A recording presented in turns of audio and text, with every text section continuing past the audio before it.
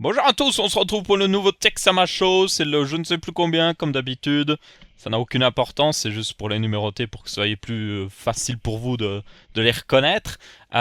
Du coup, comme d'habitude, n'oubliez pas, vous avez dans la description les différents liens vers les articles cités, ainsi que la table des matières vers les différents sujets. Donc, on va commencer tout de suite avec l'actualité technologique de la semaine. Donc, en premier, on va parler d'un petit peu AMD Ryzen. Alors, j'aime bien parler d'AMD Ryzen et je pense que beaucoup de gens sont assez hype pour AMD Ryzen pour la simple et bonne raison que depuis quelques années en informatique, au niveau des processeurs, ça n'a pas beaucoup bougé, hein. Si vous avez encore des vieux Core i7 qui datent même de 2012, bah, ils sont encore très bons, il n'y a presque aucune raison de changer. Oui, il y aurait un intérêt à changer, mais pour le prix que ça coûte, pas vraiment. Et du coup, Ryzen d'AMD offrirait enfin de la concurrence à Intel et c'est de là que ça devient intéressant. Donc on a quelques informations supplémentaires et aussi pour ceux qui s'y connaissent pas trop en informatique, franchement, il n'y a qu'une simple et bonne raison que ça peut être bien pour vous, c'est que ça va baisser le prix des PC si ça se révèle être un bon processeur. Donc les PC seront moins chers. Même si vous achetez toujours du Intel, ce sera moins cher. Vous aurez de meilleures performances, donc c'est bon pour tout le monde, ok? Je sais bien qu'il y a un petit peu des fanboys Intel par moment et aussi des fanboys AMD, hein. Donc, euh, il y aurait. Donc, ça, c'est un leak de WCCF Tech. WCCF Tech, c'est pas le site le plus. Ça arrive souvent qu'ils mettent des rumeurs qui se révèlent pas être vraies, ok. Mais bon, ils ont trouvé des listings sur des sites de vente des derniers. Enfin, de ce qui semblerait être les derniers processeurs AMD. Donc on les a vus la semaine dernière. On avait le 1800X et le 1700X ainsi que le 1700 tout court qui est une version basse consommation, semblerait-il, parce qu'on voit le TDP ici, il est indiqué à 65 watts, alors que les autres sont à 95 watts. Et on a aussi le prix, tout simplement en dollars, évidemment. Donc on n'a pas en euros, ça, on ne sait pas ce que ça donnera en euros. C'est qu'une indication, mais ça donnerait un petit peu une, comme c'est le site l'a listé, il y a de fortes chances qu'ils aient eu les prix à l'avance ou autre chose. Après, c'est pas 100% sûr parce que souvent les constructeurs fixent les prix au dernier moment. Littéralement, ils envoient déjà les produits aux vendeurs et tout ça, et puis après ils disent ah ok, vendez-le à tel prix. Et vous allez me dire alors mais comment ils font pour les vendre déjà au site de vente et tout ça. Les sites de vente peuvent payer après, hein, ils peuvent toujours facturer après, ne vous inquiétez pas. Donc ça arrive très souvent que les prix sont fixés au dernier moment. Donc là, c'est certainement une sorte d'estimation de ce qu'ils se doutent, ou peut-être qu'ils ont déjà les prix, qu'AMD est à peu près sûr sur les prix.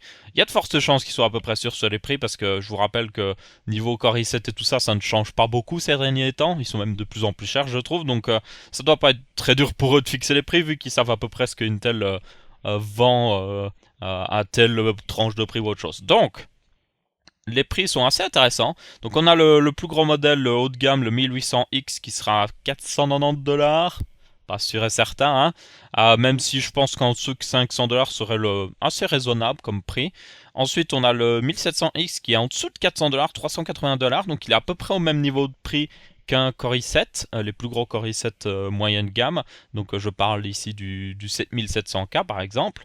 Et on a aussi le modèle basse consommation qui est encore moins cher, qui lui serait plus intéressant pour ceux qui veulent un PC, mais ils veulent pas non plus une machine de guerre ou je ne sais quoi, mais qui veulent quand même des bonnes performances.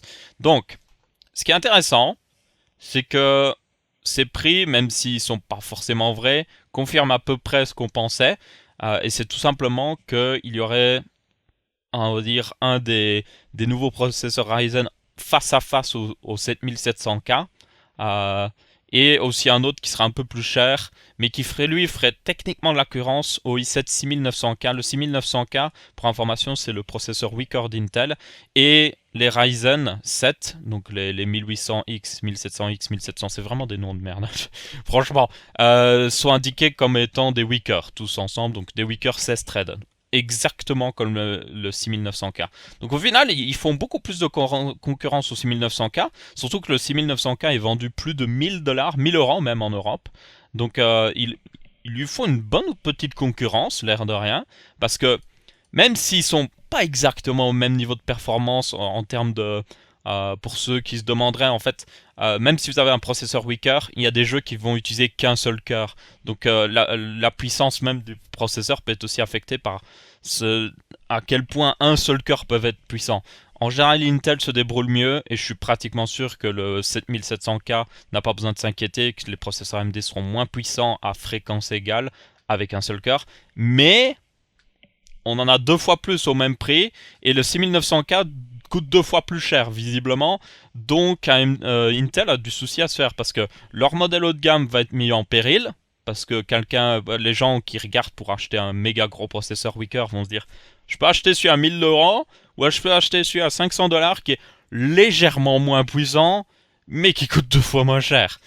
Et puis les gamers eux aussi vont se dire, il y a beaucoup de gens qui achètent des i7 pour la simple et bonne raison, ils se disent oh j'ai envie de... En réalité, on va être honnête, personne n'a besoin d'un i7, ok? Personne. À part les gens qui font de l'édition vidéo, qui font des rendus, qui utilisent beaucoup le processeur. Si vous faites que jouer à des jeux vidéo, vous n'avez pas besoin d'un i7. Un i5 suffit amplement. Et avec l'économie que vous faites en prenant un i5, vous pouvez acheter une meilleure carte graphique.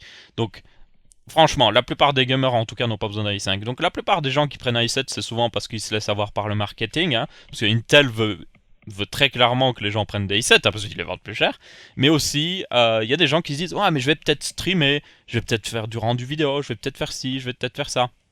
Donc ces gens-là qui veulent justement pas juste de la puissance en jeu, qui veulent de la puissance brute pour faire du rendu vidéo, ben, quand ils vont voir le i7 7700K 4 cœurs 8 threads à côté d'un processeur AMD qui est légèrement moins puissant, mais qui en monocore, hein, je tiens à préciser, mais qui, quand vous faites du rendu, que vous faites de l'édition d'image, est pratiquement 2 fois plus rapide, bah ils vont pas réfléchir 3 ans, hein. Surtout s'il est au même prix ou même si les cartes mères coûtent moins cher, parce qu'en général les cartes mères AMD coûtent moins cher, donc ça c'est aussi une chose qu'il faut savoir, bah Intel va pas pouvoir faire grand chose.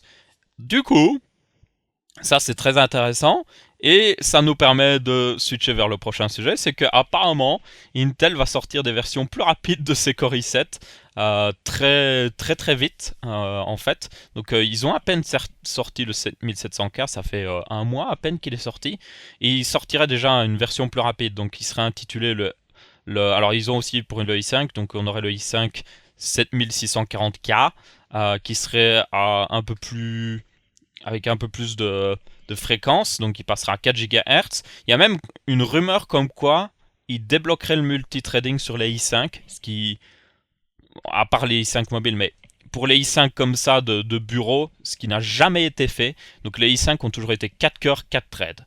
Et les i7, 4 cœurs, 8 threads. Donc en gros, ils ont l'hyperthreading d'activer. L'hyperthreading, c'est une technologie pour faire fonctionner 2 tâches en même temps sur un seul processeur. Il faudrait que je fasse une vidéo qui explique les processeurs pour ceux qui seraient intéressés. Mais en gros, ce serait la première fois. On voit aussi le TDP qui augmente de 91 watts à 100 watts, ce qui est normal. Forcément, si vous augmentez la fréquence, vous augmentez la consommation électrique. Et le 7700K serait remplacé par un 7740K, encore une fois, qui lui passerait de 4,2 à 4,3. Donc, il y a de fortes chances que ce changement soit fait pour... si par exemple, le dernier... Donc ça, c'est déjà une bonne nouvelle. Si Intel fait ça, c'est qu'il y a de fortes chances que AMD leur fasse de la concurrence. Deuxième chose, c'est que ils font ça tout simplement, c'est peut-être qu'il y a une différence de 10% de performance dans les jeux ou 5% de performance dans les jeux entre le 7700K et le dernier processeur d'AMD. Et du coup, ils se disent, oh, il faut augmenter la différence pour que quand les gens regardent des graphiques, ils voient que la barre soit plus haute et qu'ils se disent, ah, bah le i7 est mieux. Donc, augmenter de 100 MHz permet de faire ça, tout simplement. C'est presque rien, mais ça fait l'affaire pour les benchmarks, parce que je vous rappelle que la plupart des benchmarks sont faits avec la fréquence de base du processeur. Donc si vous avez une grosse fréquence et que déjà à fréquence égale vous étiez meilleur que votre concurrent, ben forcément vous allez beaucoup mieux faire. Donc en quelque sorte cette news c'est une bonne nouvelle en quelque sorte, vu que ça veut dire que Intel a peut-être un petit peu peur. Ils ont peut-être pas vu venir ça d'aussi vite. Donc moi ça m'intéresse, j'ai vraiment hâte de voir ce que donnent les CPU d'AMD. Une chose qui est très importante à retenir de toute manière, c'est que ces processeurs AMD, ces nouveaux processeurs AMD n'ont pas besoin d'être plus puissants qu'un Core i7. Ils ont juste besoin d'être pas très loin et surtout moins cher, que ce soit au niveau du processeur et de la carte mère, mais pas trop moins cher, il faut qu'ils soient quand même à un bon prix et juste meilleur pour l'argent en fait. Quand on se dit j'ai autant d'argent, je dois m'acheter un PC. On regarde le processeur AMD, oh bah forcément celui-là est meilleur. C'est ça qu'ils doivent faire absolument. Ils ne doivent pas gagner la couronne de la performance ou je ne sais quoi, ils doivent juste gagner la couronne de ce qu'il y a de mieux pour le portefeuille, parce que les gens achètent selon leur portefeuille la plupart du temps, surtout si beaucoup de gens recommandent ces processeurs-là. Donc ouais, on verra ça très bientôt. On est le 11 février quand je tourne cette vidéo, je tourne le jour de la sortie, et je vous rappelle que la date rumeur indiquée était le 2 mars, donc un petit peu moins d'un mois. Donc wait and see, on verra bien. Donc voilà, j'ai passé un peu de temps là-dessus, mais je trouve que c'est une news assez importante. Maintenant, on a une petite news au niveau de Steam.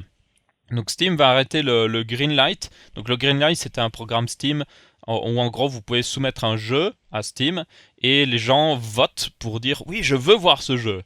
Et si vous aviez assez de votes, vous pouviez vendre le jeu tout simplement sur Steam. Ils ont arrêté ce système-là. Pourquoi? Tout simplement parce qu'il y a beaucoup de gens qui abusaient du système. Je pense notamment à des gens qui sortaient des jeux en early access qui promettaient genre la lune, genre je vais faire un jeu où on peut voyager partout dans le monde, aller à New York et tout ça, et détruire tous les bâtiments.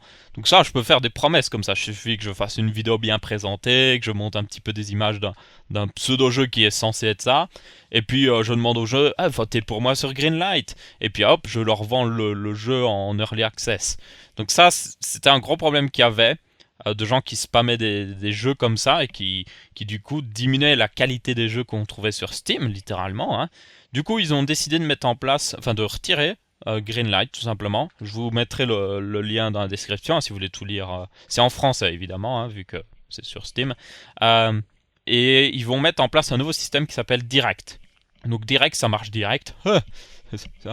C'est incroyable, hein, je sais. Et en gros, au lieu de demander l'approuvement de la communauté, c'est plutôt que les développeurs qui veulent publier leur jeu devront faire un pré-versement à Valve afin de valider leur intention en quelque sorte. Avec un compte bancaire, ils devront aussi remplir pas mal de papiers qui sont un peu similaires à ce que vous devriez faire pour ouvrir un compte bancaire, tout simplement pour s'assurer de l'identité des personnes. Aussi avoir leur identité s'ils font de la merde et que vous devez les attaquer en justice. Et aussi en les faisant payer, ça évite qu'ils s'amusent à poster juste n'importe quoi en mode rafale ou je ne sais quoi. Petite précision, c'est que ce que les développeurs doivent payer afin d'être postés sur Steam via le système direct, eh bien ce paiement sera remboursé au fil du temps par Steam. Donc à mon avis, ils le rembourseront en ne prenant pas leur part sur les ventes, par exemple. Parce que Steam prend des parts sur les ventes de chaque jeu vendu. Donc ouais. Et j'ai vu que la fourchette, ouais, apparemment la fourchette serait de 100 à 5000 $, donc je suppose que ça dépend du studio et du type de projet et tout ça. Donc ça reste assez accessible, hein, 100 $ si vous avez un petit projet. Il faut juste montrer patte blanche, en gros. Contrairement au avant, le système Greenlight, en fait, vous aviez pas forcément besoin de montrer patte blanche à Steam, donc vous pouviez être un peu pas forcément quelqu'un dans la légalité ou autre chose, ou juste être quelqu'un qui crée une fausse société et puis se casse avec l'argent dès qu'il en a vendu après avoir montré un magnifique trailer, ce qui arrivait souvent. Hein. Donc c'est une bonne chose. J'espère que ça améliorera la qualité des jeux qu'on trouvera sur Steam. Il y a beaucoup de jeux qui sont postés et je trouve qu'on a beaucoup de jeux qui ne valent pas forcément la peine d'être postés. Il y a même des jeux qui ne sont qui n'ont pas la chance d'être développés ou d'être mis sur Steam et qui pourtant seraient très très bons. Et c'est ça qui est un peu dommage. Mais bon, voilà. Une petite news assez intéressante.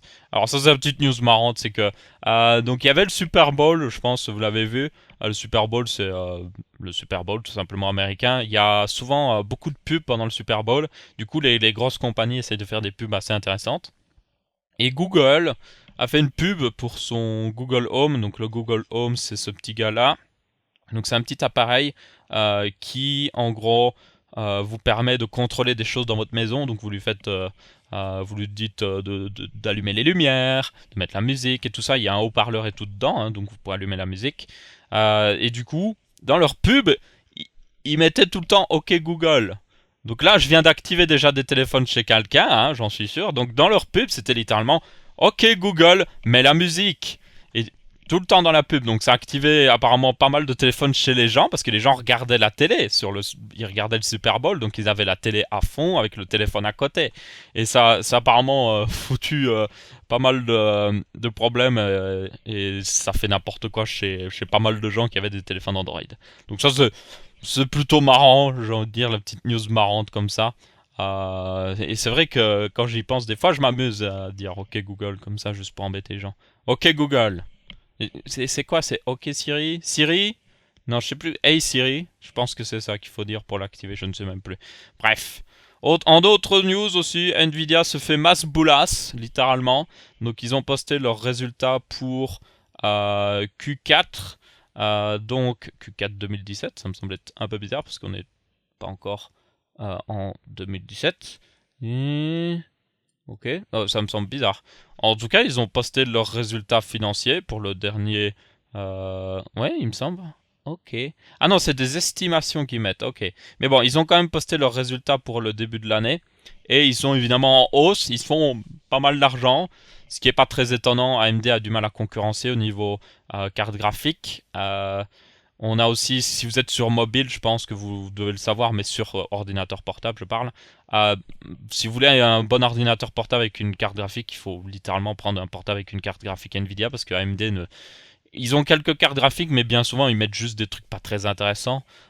Donc déjà ça aide. Et puis aussi, Nvidia se lance à fond dans l'automobile, donc ils font pas mal, ils font en fait des micro-ordinateurs, même des micro-supercalculateurs en quelque sorte avec leur carte graphique, afin d'offrir des capacités de calcul énormes pour les voitures, par exemple pour les voitures qui conduisent d'elles-mêmes, et grâce à ça ils sont hyper bien implémentés, ils font aussi beaucoup d'argent. Donc c'est intéressant de voir ce que AMD pourrait faire pour répondre à ça, mais c'est clair que la plupart des revenus de Nvidia viennent maintenant de plein d'endroits différents et pas juste les cartes graphiques, ça c'est sûr. Donc voilà, la petite news masse boulasse de la semaine, je suppose. Alors ça c'est plus intéressant, je trouve. Intel déploie ses SSD Octane, donc Optane plutôt. Je sais pas pourquoi. Octane, ça me fait penser à autre chose. C'est un programme de benchmark, Octane. Donc Optane, donc c'est des SSD qui utilisent leur nouvelle mémoire 3D X-Point. Donc si vous ne savez pas, dans votre clé USB, est-ce que j'ai une clé USB là? Je ne crois pas. Dans votre clé USB, il y a de la mémoire. Dans votre téléphone, il y a de la mémoire. Dans un SSD, il y a de la mémoire.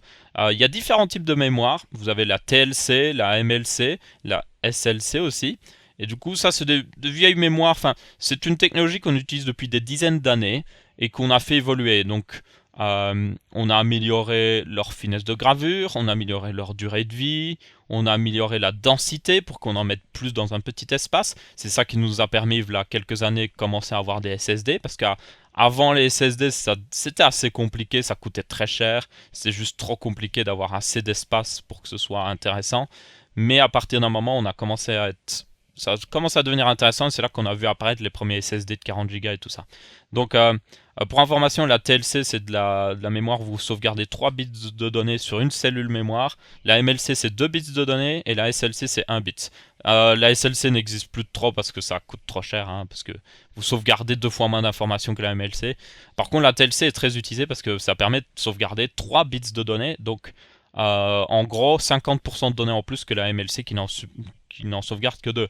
Donc, c'est pour ça que vous voyez souvent des SSD en TLC. Mais ça réduit la durée de vie, pour information. Du coup, le 3D X-Point, là, c'est totalement différent. C'est une nouvelle technologie, ce n'est plus la même façon de faire les choses.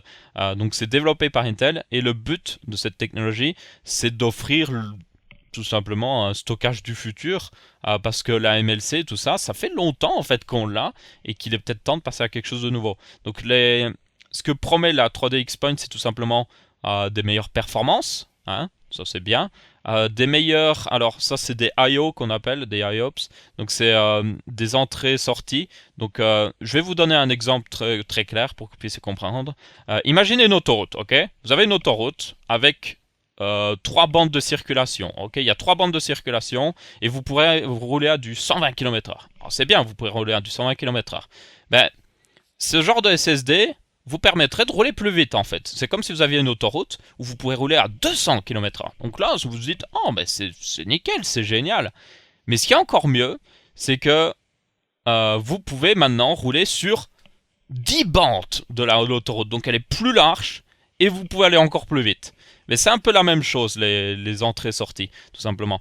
Donc ça, c'est quelque chose qui change le plus avec les SSD, c'est qu'un disque dur, il fait principalement qu'une chose à la fois, ok? Il peut le faire quand même vite, mais il le fait qu'une chose à la fois. Le SSD, il va plus vite, mais il peut faire plein de choses à la fois. Il peut aller rechercher des données là, des données là et des données là. Donc imaginez, comme une fois encore, l'autoroute avec plein de bandes de circulation, alors que le disque dur, c'est plutôt genre une route où on peut rouler assez vite, mais il n'y a qu'une bande de circulation. Et là, ce genre de technologie permettrait de faire encore plus. On irait plus loin. Donc on pourrait aller rechercher plus de données en même temps et aller plus vite encore aller rechercher. Donc, ils ont annoncé leur premier SSD sur cette nouvelle technologie. Donc, c'est le P4800X. C'est un modèle en 375 Go qui est branché en PCI Express, donc directement dans la carte mère, parce qu'il a besoin d'une sacrée bande passante. Alors, au niveau écriture, il n'est pas si rapide que ça. Il est indiqué à 2400 de lecture et 2000 mégas bytes, ici qu'on parle, donc mégaoctets si vous préférez, à la seconde, donc c'est quand même beaucoup, hein. Ça veut dire que pour information, vous pourriez écrire je sais pas moi, par exemple, imaginez vous avez un jeu de 60 gigas, vous pourriez écrire le jeu sur le disque dur en à peine quelques dizaines de secondes, donc c'est franchement énorme, hein. Ça va très très vite. Mais il y a beaucoup de SSD qui existent actuellement avec de la MLC par exemple qui vont déjà aussi vite. Par contre, ce qui est le plus intéressant, c'est que les IOPS sont en sacrée hausse, donc on a encore plus, on peut aller rechercher plein de données en même temps.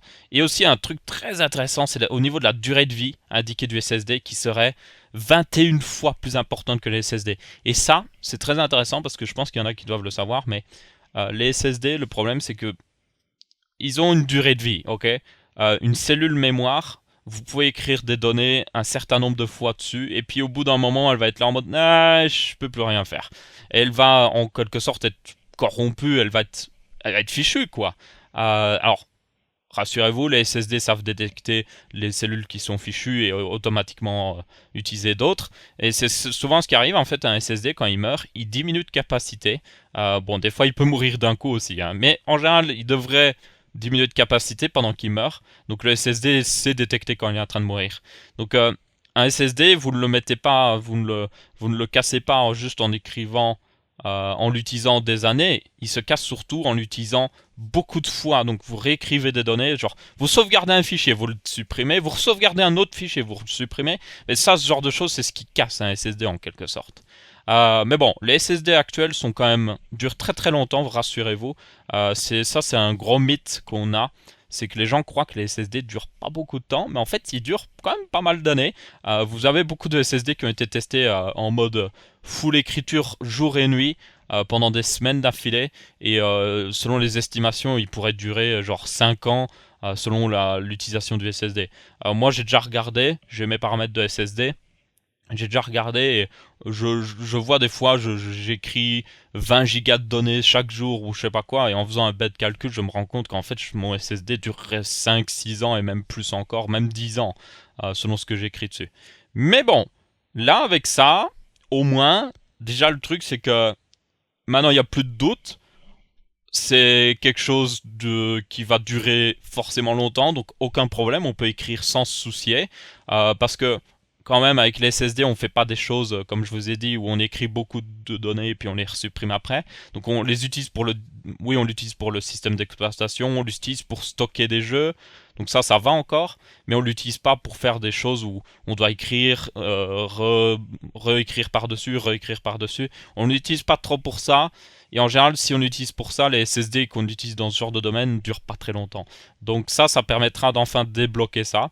Et c'est vraiment cool. Je ne savais pas qu'ils avaient une telle durée de vie en hausse sur ce genre de SSD. Bon, après, il faut voir les tests, hein, parce que c'est ce qu'ils promettent. C'est pas forcément ce qu'on va avoir. Donc, une technologie du futur. J'espère que je n'ai pas été technique dans ce que j'expliquais. Ce que vous devez retenir en gros, c'est que c'est cool. Et que d'ici quelques années, parce qu'évidemment là c'est qu'un modèle pour les professionnels, mais d'ici quelques années on devra avoir des SSD encore mieux, encore plus rapides et encore moins chers, donc ça c'est cool. D'ailleurs, petite information, le 3D X-Point serait tellement rapide en théorie qu'il pourrait se rapprocher limite de la vitesse de la RAM. Donc la RAM de votre PC est très rapide évidemment, mais elle coûte très cher à produire, hein. Je pense que vous avez déjà vu le prix de la RAM, hein. Pour 8 Go, ça coûte vite 40 euros. Si vous achetez un SSD de 8 Go et qui vous coûte 40 euros, ou si vous voulez un SSD de même 40 Go et que c'est 40 euros de 8 Go, ça va vite vous coûter très très cher. Donc le truc, ce qui est bien, c'est qu'en fait, comme c'est presque aussi rapide que la RAM, c'est pas aussi rapide, mais c'est presque aussi rapide, et que ça coûte beaucoup moins cher au giga, c'est qu'on pourrait imaginer des PC dans le futur qui n'auraient même plus de RAM. Ils auraient juste un gros SSD. Et l'OS, donc Windows ou autre chose, utiliserait le SSD comme RAM. Et ce serait génial parce qu'on aurait une quantité énorme de RAM, hein. Si vous avez 500 Go de SSD, bah c'est 500 Go de RAM, fuck it. Mais bon, c'est un rêve un peu lointain, mais je pense qu'on y arrivera un jour. Alors, ça c'est la news un peu qui fait peur de la semaine en quelque sorte. C'est que, alors, c'est une usine en Chine qui a remplacé 90% des humains qui travaillaient dans l'usine par des robots. Et la productivité a augmenté de 250%. Ouais. Du coup, là, voilà, j'en vois déjà des sceptiques qui disent ah, mais c'est juste des robots qui remplacent des jobs plutôt simples, genre des jobs très répétitifs. Certes, c'est le cas. C'est des jobs d'assemblement, donc où les gens devaient répéter souvent des gestes qu'un robot peut apprendre. Mais ce qui est vraiment effrayant, c'est que littéralement 90% des gens sont virés. Et plus loin dans l'article, ils indiquent que même ils pourraient encore diminuer de 3, donc diviser par 3 le nombre d'employés, parce que les employés qui restent actuellement, c'est juste des employés qui regardent les robots en mode ouais, il fonctionne bien lui. Et du coup, ils pourraient les diviser par 3 d'ici encore quelques années. Du coup, ça fait peur parce que le truc, c'est que les robots sont de plus en plus intelligents. Parce qu'on fait des meilleurs IA pour eux. On a des supercalculateurs qui tiennent dans la poche, limite. Je pense notamment à Nvidia, qui, justement, on parle d'Nvidia, qui vend des micro-box avec plusieurs GPU Nvidia dedans, qui sont capables d'offrir des puissances de calcul, mais assez folles. Donc, ça pourrait tenir sous un robot, ça, ce genre de box. Donc, on a des meilleurs IA et tout ça, et à la fin, on pourrait en arriver à un stade où même un robot pourrait faire des tâches encore un peu plus complexes. Peut-être scanner des choses à la caisse, peut-être préparer de la nourriture dans un McDonald's, peut-être même, je sais pas moi, qu'est-ce qu'on pourrait imaginer.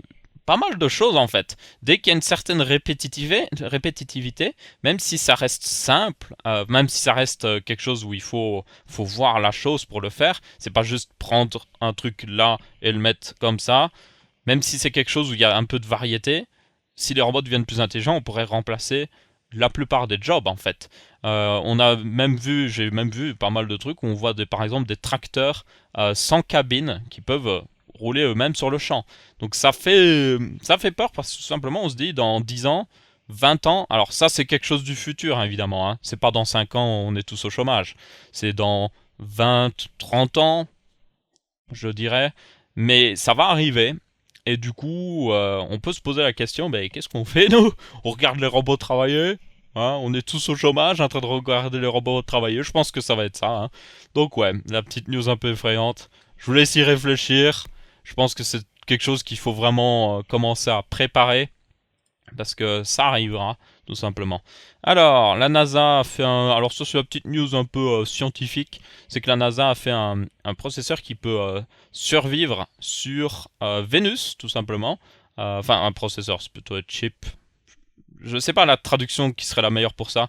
En gros, ils ont réussi à faire quelque chose qui est très important dans la construction d'un robot, par exemple, qui permet de contrôler le robot, et de le faire survivre sur Vénus. Bon, ils l'ont pas amené sur Vénus, mais ils ont testé des conditions semblables à Vénus. Donc sur Vénus, il fait très très très très chaud, hein, et les processeurs, ils aiment pas la chaleur, ok? Je pense que vous devez le savoir. Donc ça, c'est une news assez intéressante parce que, bah, premièrement, c'est plutôt intéressant pour l'exploration de Vénus. Mais c'est aussi intéressant pour peut-être utiliser des robots dans des conditions un peu plus différentes, hein. Donc c'est juste quelque chose de cool, je trouve. Ça nous permettrait aussi d'envoyer un petit robot sur Vénus. Ils ont déjà envoyé des robots hein, sur Vénus, si je me souviens bien, mais je crois qu'ils duraient 1 minute, genre 1 minute qui restaient sur la surface, puis après ils étaient complètement fichus parce que bah, la chaleur hein, foutait tout en l'air. Mais bon, une chose qu'il faut retenir, c'est que la science avance et c'est cool. Et moi, j'ai envie de voir plus de trucs qui viennent de Vénus. Il y a déjà des photos qui existent de la surface de Vénus, hein, pour info. C'était Vénus, il me semble, ouais, qu'on a déjà des photos. C'était la Russie qui voulait aller absolument sur Vénus. Ouais, ils étaient un petit peu fous à cette époque-là. Parce que sur Vénus, il fait très très très chaud. Il vaut mieux éviter d'y aller. Mais il y a aussi une très grande pression sur Vénus. C'est pas juste de la chaleur, c'est aussi une grosse pression. Donc ça, c'est très dangereux pour n'importe quel robot que vous pourriez mettre là-bas. Donc ouais, voilà la petite news scientifique de la semaine. D'ailleurs, en d'autres petits parallèles à ça, je pense que vous êtes tous au courant au niveau de Fukushima, hein, ça fait plusieurs années que c'est arrivé l'accident, c'était en 2011 pour info. Et apparemment, les niveaux de radiation sont très très hauts dans le réacteur. Et le parallèle à cette news, c'est que ils ne peuvent même plus envoyer de robots là-bas. Pourquoi? Parce que la radioactivité est tellement haute qu'elle grille toute l'électronique en fait. Alors là, c'est pas la même chose que de la chaleur. Là, on parle de radioactivité pure. La radioactivité, passe à travers d'à peu près tout. À part si vous avez des murs de plomb ou une énorme cuve d'eau, ça permet d'absorber la plupart de la radioactivité. Bah, vous êtes fichu. Donc, mais ce qui est intéressant, c'est que je suis pratiquement sûr que le genre de recherche qu'ils font sur ce genre de processeurs qui survivent à très haute température pourrait servir pour faire peut-être un robot qui résisterait à de la haute radiation, parce que si on le mettait peut-être dans une capsule d'un matériau peut-être qui a une énorme pression par exemple, mais qui protège très bien des radiations, ça pourrait fonctionner. Après, il y a d'autres problèmes évidemment. Mais c'est très effrayant par contre au niveau de Fukushima, parce que ça veut dire qu'ils peuvent même pas envoyer de robots pour regarder ce qui se passe, ou même essayer de tenter d'empêcher que ça se passe tout simplement. Donc voilà, je voulais pas vous inquiéter, mais c'est un peu le parallèle que je voulais faire vis-à-vis de cette news. Donc voilà, c'est à peu près tout pour le Texama Show de cette semaine-ci. J'ai l'impression d'avoir déblatéré pas mal sur le AMD au début, mais bon, je vous dis, c'est très important. Vous devriez absolument être, je pense, hypé pour ça. Pas trop vous hyper non plus, prenez avec un grain de sel, mais renseignez-vous d'ici mars que ça donne, parce que je pense que ça va être intéressant. Évidemment, je ferai une vidéo. Si j'arrive à tomber sur un processeur AMD en avance, même une carte mère pour faire des tests moi-même en avance, j'essaierai de le faire, mais ça risque d'être compliqué, hein, parce que je n'ai pas vraiment de contact chez AMD ou autre chose, mais voilà, j'essaierai de voir un peu si je peux pas trouver des contacts ou autre chose. Si vous connaissez, enfin si vous êtes quelqu'un qui peut m'aider dans cette optique-là, je ne dis pas non par contre. Enfin bref, merci à tous d'avoir regardé, on se retrouve pour un prochain Texama Show la semaine prochaine comme d'habitude pour l'actualité technologique de la semaine, et je vous dis salut à tous.